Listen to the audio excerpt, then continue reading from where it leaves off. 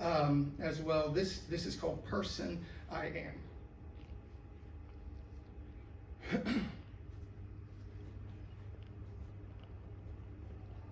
I haven't seen my mother since the summer of 2020.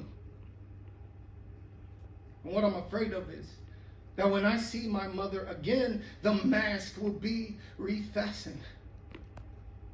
It's not a literal mask, of course. It's not as if it clips to my forehead and chin. No, it attaches to my soul, my essence, and it's concave, repressive. Like when I was a kid and my mother showed me how to scoop my great-grandmother's mashed potatoes onto my plate, and then with the back of the spoon, she would make room for a gravy lake. Except where she pressed in on me, well, it's still empty. Blank. Not that I haven't tried to refill it in so many ways, but with nothing of substance, nothing which stays. Everything I've attempted to put into this place seems to just evaporate, except for hate, which forms the base for the mask on my heart's face. And although this mask is hard like a cast, it doesn't heal the break. It only softens the arterial muscle, does something like foam or like a pillow. But I can't let anybody know, because they will only use it to rest their weary bones before they go. So I can either be fake and pretend it's hard like chrome, or I can just be alone. Then I know it will be safe from everything the devil brings up from below. Or I can chase any fantasy which enters my brain, whatever I have to do to never go home and hear her speak a dead name. It's become a phrase which follows me day after day, like Jason Voorhees and Friday the 13th. And that reference just opened up the ornate French doors to so many metaphors, because in that movie there's masks and mothers and lakes. But I don't want to get swept away in that current, because I've become bored navigating those waves.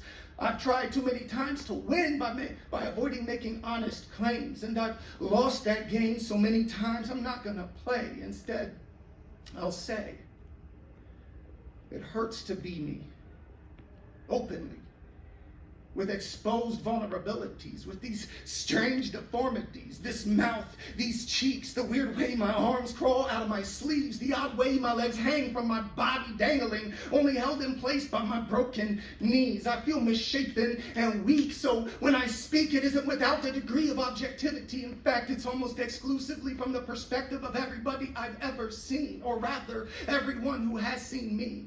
Each converged into a single human being, some unconscious identity I've created to look down on me like a god. And when I stumble, they don't spare the rod.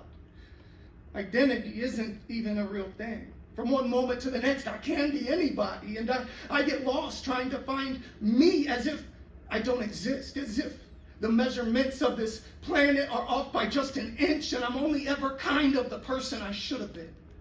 I was conceived under duress, under notions of overexposed family portraits, like there's too much light on the surface, but the truth is heavier, more dense. I even miss the pummeling of fists, because that's at least a form of affection. And if I squeeze tightly my eyelids, I swear one knuckle lingered a second, and it almost felt like a caress. I need this. It's good for me to have discipline. It's good for me to believe I'm not worthy of anything. It's good to have accountability and grace. I am split, which makes me something like divinity, like a god am I, equally divided between machismo and femininity, between the known and unknown, between life and death and infinity, between the material and the spiritual, between knowledge, wisdom, and understanding, and underreaction to this world and all of its glorious attractions. And I want to imagine my mother is under some kind of spell, like she's merely being operated by some kind of magic, a sorcerer's contraption. Then I can believe she's no longer tied to everything I hate about myself, and that would be freedom resplendent, not just for a fleeting moment of self-love, but the will of commitment to produce the purest version of me without the hindrance of everything else I could be floating above. I am only ever going to be the person my mother made me, even if the person I am isn't exactly the man she dreamed I would become. Thank you.